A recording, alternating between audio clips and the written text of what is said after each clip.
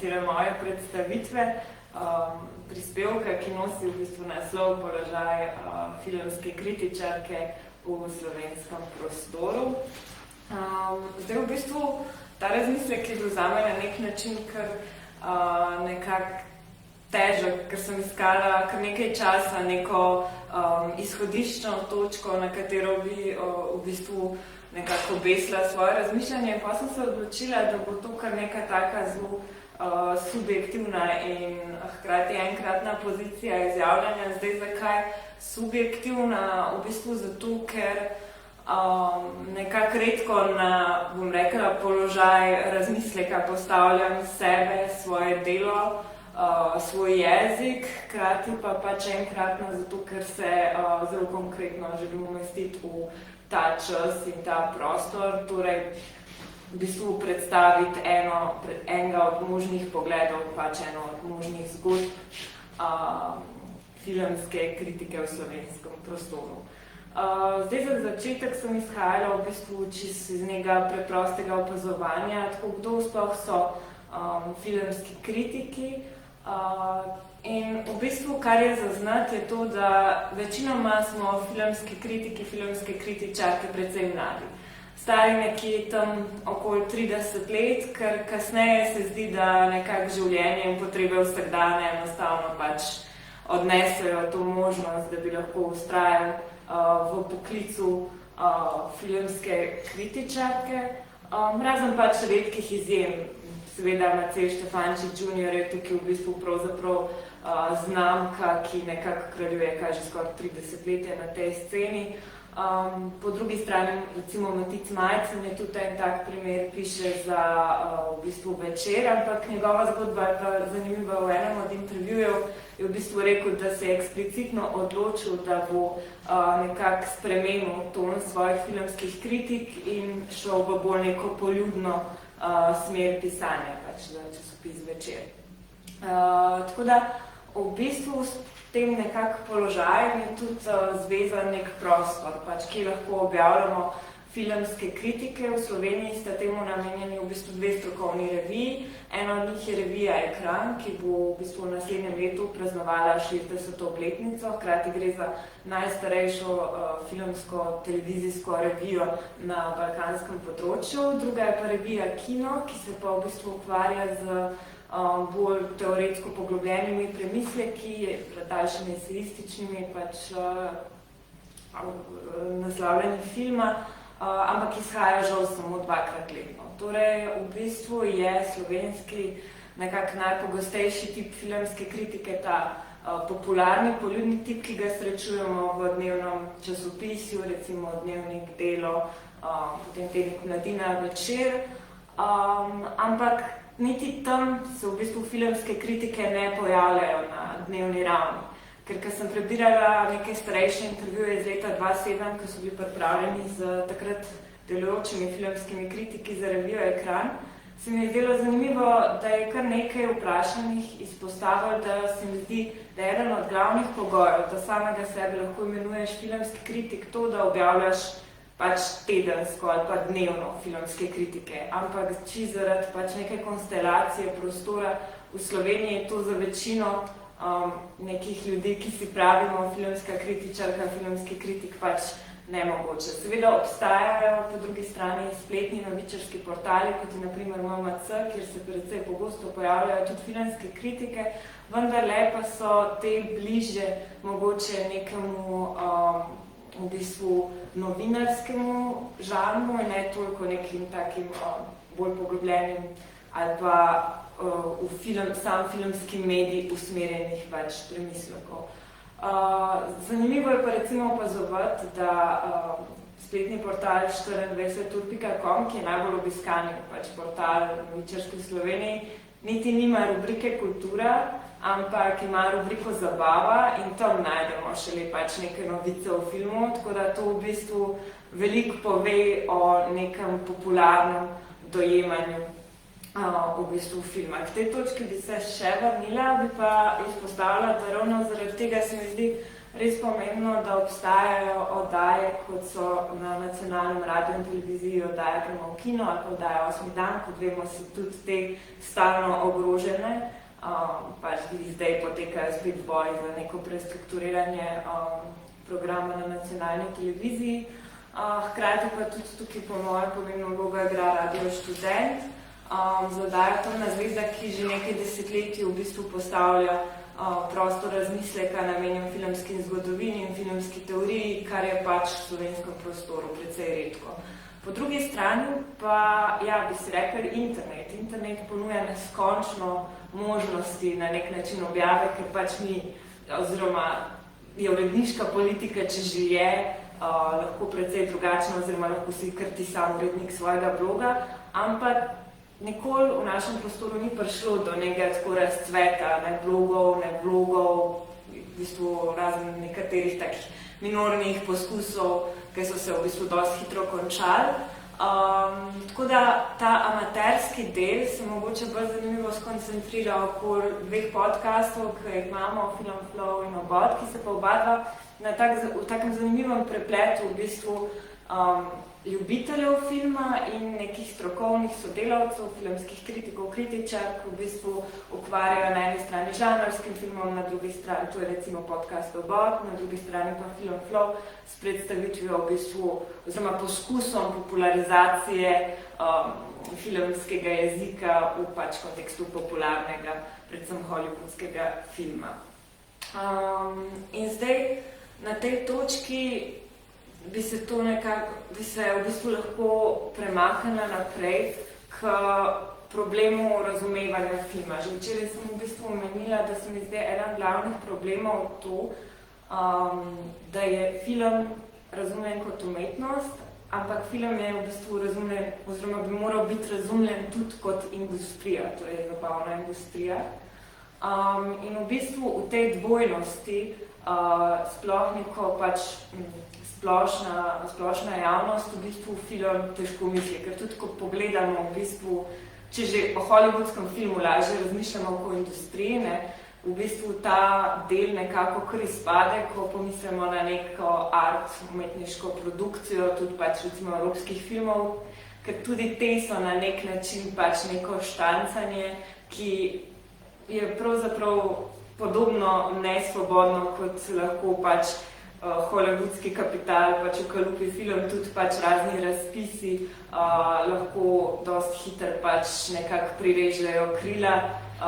To se dogaja pač ravno kar tudi RTV Slovenija je pač samo, to se pravi direktor RTV Slovenija je kljub mnenju strokovne komisije znižal pač stroške za produkcijo filma Roka Bička, tako da bomo rekli, da pač je tako nek nacionalni ali pač umetniški film lahko enako pač ujet v primež ekonomije kot pač seveda neki večji filmski naslovi.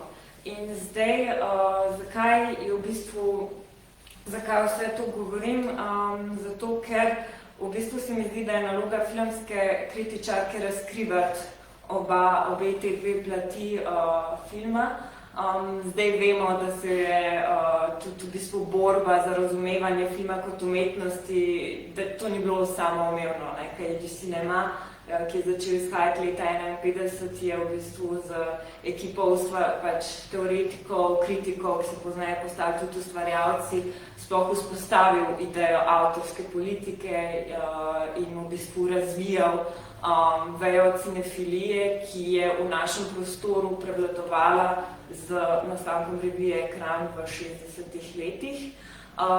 In v bistvu tukaj pač prvič vidimo res pomembno vlogo filmske kritike, ker filmski kritiki so bili v bistvu tudi tisti, ki so vzpostavili oziroma na nek način podprli takrat vznikajoč jugoslovanski črni val in ga pač umestili v čas in prostor in navkljub pač pritiskom oblasti poudarjali pomembnost. V bistvu rekla bi, da danes je ta vloga filmske kritičarke pač nekako se zdi da nima več take moči njena beseda, pač razpršenost, tako v bistvu neka množičnost in razpršenost glasov v različnih medijih in pač vprašanje sploh dometa, sploh, ko pride recimo po drugi strani do kritike nekih večjih hollywoodskih franšiznih izdelkov, je tako, kakšno vlogo, kakšno moč ima moja beseda, kaj pomeni za nekega Stevena Spielberga v Hollywoodu, pač absolutno nič verjetno. Vendarle pa se tukaj mogoče zdi pomembnejša vloga v pač tem mikrookolju v odnosu do v bistvu distributerjev in do prikazovalcev. Zato, ker pač neko mnenje, ki ga recimo, da uspe še ustvarjati filmska kritika v tem prostoru, pač seveda pogojuje, ne vem, sam izbor filmov, pač način prikazovanja in zdaj seveda v Sloveniji je bila pač ta situacija z vzponom minipleksov, se nekako sploh ta začetek 2000-ih je povsem, kaj bom rekel, filmska kultura mogoče na ta vzvišen način, vzvišen način, to se pravi na način nekega izbranega, izdelanega, premišljenega kuriranja, praktično pač ni obstajalo. Kot vsi vemo, so se zapirali kinematografi pač v centrih mesta, na obrobjih so zrasli multipleksi, ki pa so v bistvu vzpostavljali čez drugačen odnos do filma. In tudi še danes, meni se zdi to zelo tak lep opis situacije, v bistvu tam sploh ni več zaposlenih filmskih operaterjev. Dejansko pride vsako jutro nek tehnik, ki naredi kode in algoritme pač za vseh 15 dvoran, kdaj se bo film sprožil, potem on gre. In popoldan je tam nikogar.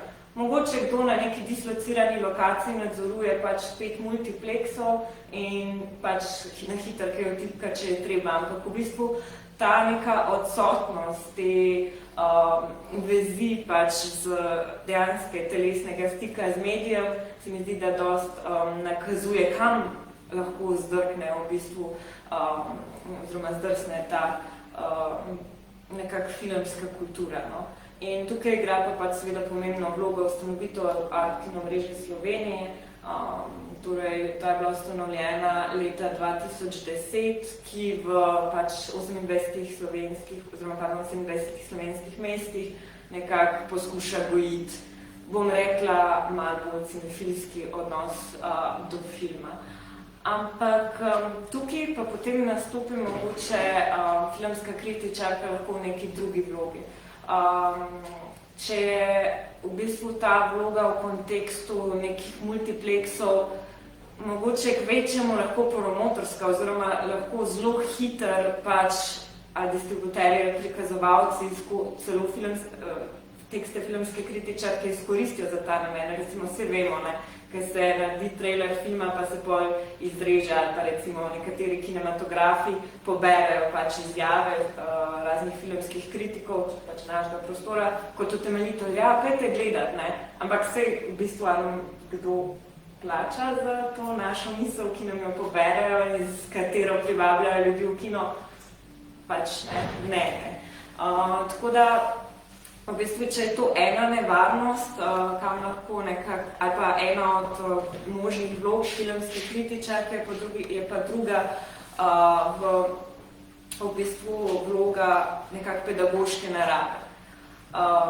Zdaj filmska kritičarka je pač tista, ki sploh v našem slovenskem kontekstu mogoče nosi veliko več znanja, poznavanja, zakaj? Zato, ker v bistvu filmske vzgoje zares pač strukturirano še ni umeščena v izobraževalni sistem, kar pa pač glede na to, da odraščamo v svetu, kjer nam od začetka obdajajo podobe, je pač milo rečeno smešno. Sploh, ker se vsi vemo, da je že Lenin govoril o vlogi filma, tako da, če že vemo to, kaj je zdaj, tega bi imeli skoraj 100 let, recimo, pač mogoče bi bil čas, da o tem premislimo. Sicer ja, filmska vzgoja v šolskem kurikulumu, ne bom rekla, da je absolutno ni, ampak kje jo najdemo? najdemo jo kot v bistvu izbirni predmet, torej neko prostočasno, skoraj da dejavnost, film kot zabava, ali pa pač v nekih v bistvu neformalnih strukturah. Tudi kolega Robert tamle deluje v bistvu kot filmski pedagog pri filmsko-kritiški delavnici Ustrenje pogleda, ki je recimo ena redkih takih, ki je v bistvu vzela to inicijativo in se ukvarja pač z izobraževanjem mladih zainteresiranih pač. Tako da v tem kontekstu se mi zdi, da je vloga filmske kritičarke pač ta, da nekako razumevanje filma v tej njegovi dvojnosti in z svojo neko zgodovino in različnimi načini mišljenja pač prenaša tudi naprej.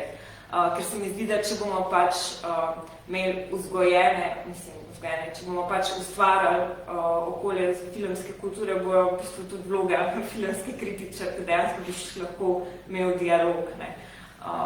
Tako da to se mi zdi ena taka pomembna stvar. Zdaj, ustavila sem se tudi pri eni točki, ki sem jo poimenovala pozicija izjavljanja filmske kritičarke. Zdaj, kot sem že rekla, v Sloveniji neke pač šole filmske, to se pravi nekega izobraževanja, sploh pač na ravni univerze, direktno ni, pač nimamo študija filmske teorije ali pa filmske zgodovine, kar pač je slabo, bi rekla, oziroma žalostno, da filmska teorija še vedno ni našla mesta v akademskem okolju.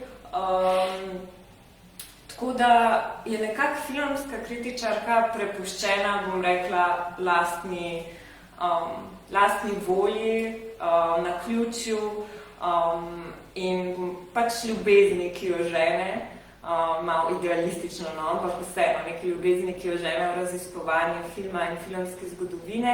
In v bistvu v tem kontekstu se mi zdi, da pač ona sama poišče nekak svoj jezik ali pa svoje orodje, svojo teorijo, ki je blizu mogoče zato, ker pač študiraš kaj takega, ne vem, sociologijo, filozofijo, feministične študije, ne vem.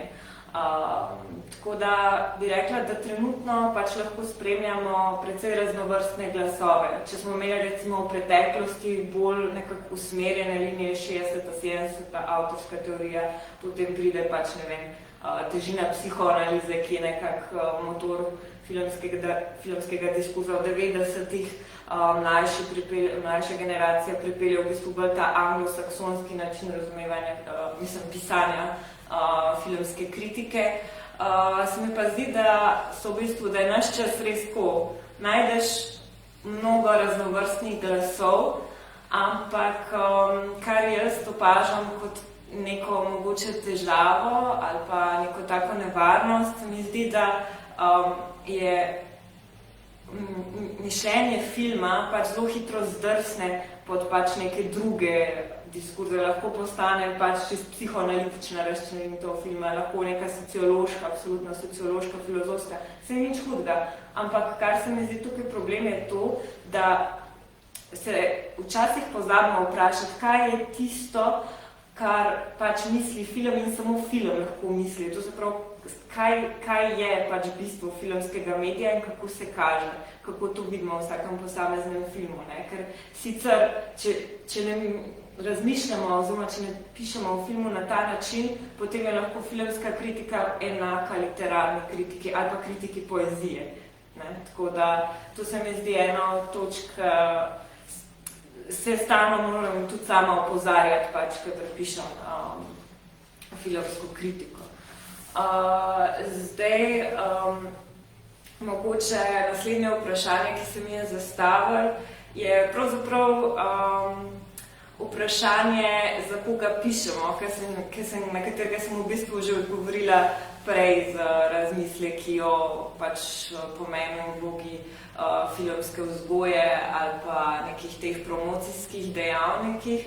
In zdaj, mogoče se včasih zdi, da enostavno pač zares nimamo občinstva. Mislim, naročnikov na revijo Ekran je trenutno 400, koliko ljudi od tega zares prebere kakšen tekst, ki je itak o filmu, ki je šel pred 4 meseci, 3 meseci, ja, ne vem. Tako da v bistvu nekako drugače je mogoče, ko pa pišemo v slovenskem filmu. Sicer glede na slovensko filmsko produkcijo so te priložnosti seveda redke. Najpogosteje lahko v slovenskem filmu pišemo v času festivala slovenskega filma, ampak ja, zdi se, da tam pa naša beseda nekaj velja. Zato, ker velikrat smo v bistvu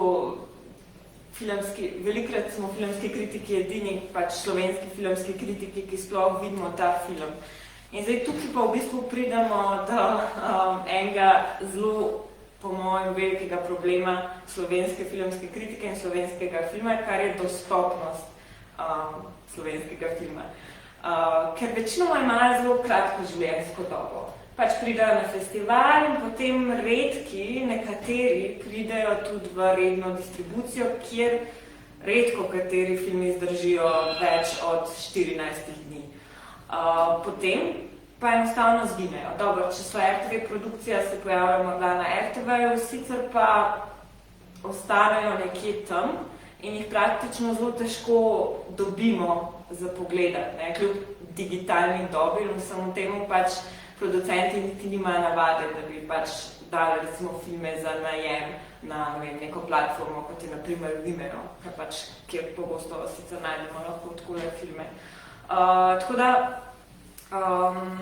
v bistvu dobro stanje se izboljšuje, tukaj moramo vsem izpostaviti bazo slovenskega filma, ki v bistvu vzpostavlja nek tak VOD, kjer v zameno za pač neko simbolno ceno lahko pogledaš film. Zdaj seveda druga stvar pa je, da veliko sploh starejših slovenskih oziroma jugoslovanskih filmov seveda ni moč najti, oziroma niso digitalizirani. Tako da tukaj res pridemo pa še do enega problema, digitalizacija in arhiv slovenskega filma, arhivacija slovenskega filma. Tako da v tem kontekstu pa se mi zdi vredno, oziroma se mi zdi, da filmski kritik ima mogoče tudi tukaj neko vlogo, namreč pač opozarjati na to. In tudi, ko se pišejo zakoni, ker velik problem pri nas je zelo zakompliciran zakon o avtorskih pravicah. To se pravi, to je ena stvar, ki bi jo mogli v prihodnosti razrešiti na način, da bi pač slovenski film naredili v svetu digitalnega nekako dostopnejši. In zakaj govorim o tem? Zato, ker v bistvu s tem, ko pač nam manjkajo neke filmske podobe, je enostavno tudi vrednotenje, pač to spravi delo filmske kritičarke, mogoče ni najbolj natančno, ali pa mogoče enostavno ne pozna dovolj kontekstov, dejansko nam pač manjkajo filmske podobe, zgublja se znanje. In v bistvu tukaj je filmska kritičarka po mojem pač lahko, ker ima več znanja kot nek povprečen gledalec, recimo, ali pa neko povprečno občinstvo, nek vezni člen. Tako da, ja, vendar pa se moramo zavedati, da se mi zdi, da tudi slovenski filmski kritiki včasih tavamo v praznini in si zapolnjujemo pač to sestavljanko podob zelo postopoma, no? Ampak upam, da prihodnost to izboljša. Tako da v bistvu nekako v zaključku svojega prispevka sem si rekla, da je pač neka pozicija filmske kritičarke predvsem v vztrajanju in sicer na način prenosa znanja, nekako prenosa spomina zgodovine pač slovenskega filma, v vztrajanju pri oblikovanju nekega jezika, pa razvijanju pač nekih teoretskih orodij. Hkrati pa pač pisanje, ker pisanje je tisto, ki nekako ustvarja ali pa ujame sodobnost in na ta način nekako piše zgodovino za prihodnost. Tako da, to. Hvala.